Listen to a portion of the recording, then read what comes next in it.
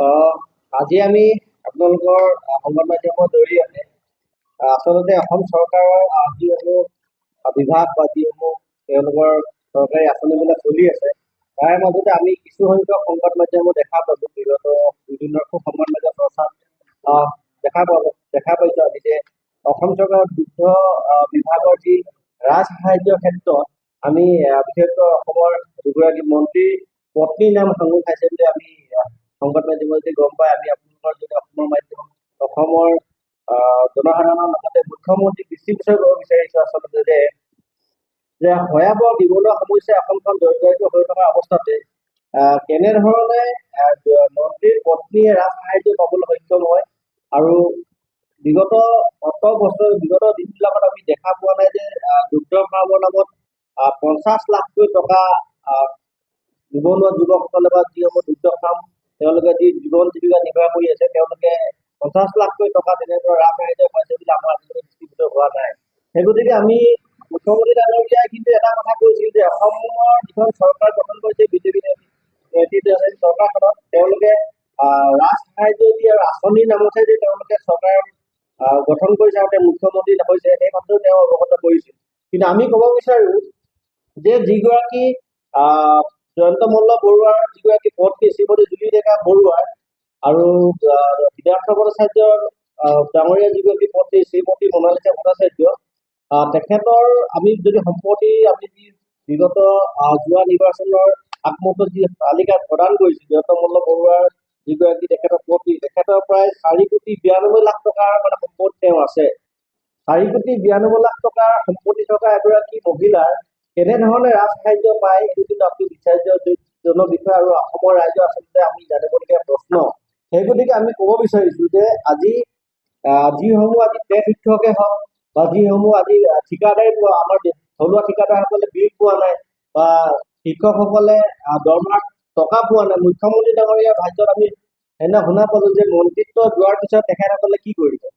গড় হত্যা কৰিতো খোৱা নাই বা কংগ্ৰেছৰ দিনত দুৰ্নীতি হৈছিল বিজেপি চৰকাৰৰ দুৰ্নীতি হোৱা নাই এই কথাবিলাক তেওঁ মুখ্যমন্ত্ৰী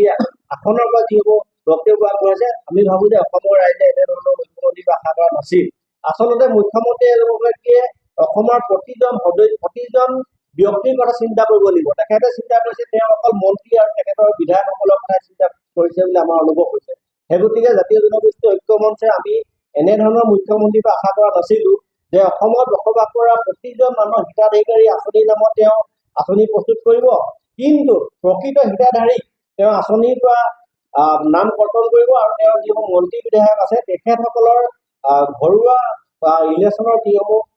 বা একেবাৰে নিজৰ আত্মীয় পত্নীৰ নামত তেওঁলোকে ৰাজসাহায্য প্ৰদান কৰিব। আচলতে এখন ডেইৰী ফাৰ্ম খোলা বা ৰাজসাহায্য লোৱাটো আমাৰ কোনো ধৰণৰ আপত্তিজনক কথা নহয় বা আমি বিৰোধাচৰণ কৰা নাই।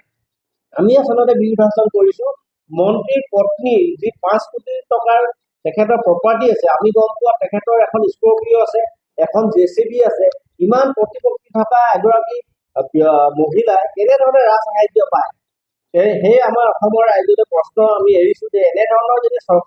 অসম চৰকাৰ চলাব বিচাৰিছে মুখ্যমন্ত্ৰী ডাঙৰীয়া তেতিয়াহ'লে আমি ক'ব লাগিব যে অৰুণোদয় আঁচনিৰ নামত যিসমূহ আজি আমাৰ মহিলাসকলক বিভিন্ন অঞ্চলত দৌৰাই ফুৰাই তেওঁলোকৰ যিসমূহ দলীয় কাম কাজৰ কাৰণে আপোনালোকে নিশ্চয় জানে যে অৰুণোদয় আমাৰ মহিলাসকলে 1250 টকা পায়। এইবাৰ কিন্তু প্ৰায় সংখ্যক পাই থকা মহিলাৰ অৰুণোদয় 1200 টকাৰ নাম কাটি দিছে। যিসমূহ যোগ্য ব্যক্তিয়ে পাব লাগে তেখেতসকলৰ নাম কৰ্তন কৰি নোপোৱা ব্যক্তিসকলক তেওঁলোকে দিছে। আপোনালোকে জানিব পাৰিব যে যিসমূহ 1250 টকা অৰুণোদয় নামত দিয়ে আমি দেখা পাইছো যে দৰঙৰ নামত 400 টকা দিয়ে তেওঁলোকে দাইল কিনিবলৈ 200 টকা দিয়ে চেনীৰ নামত দিয়ে 80 টকা আৰু ফল মূল কিনিবলৈ 50 টকা আৰু অত্যাৱশ্যকীয় সামগ্ৰীৰ নামত দিয়ে 70 টকা আৰু দুখন আঁচনি তেওঁলোকে মিলাই কিনে 250 চৰকাৰখন আচলতে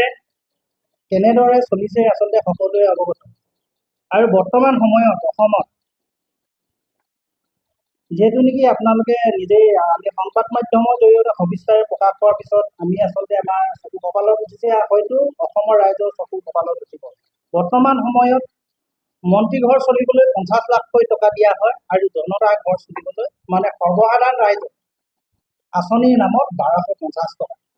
এয়া অতিকৈ দুৰ্ভাগ্যজনক কথা আৰু যিখন চৰকাৰে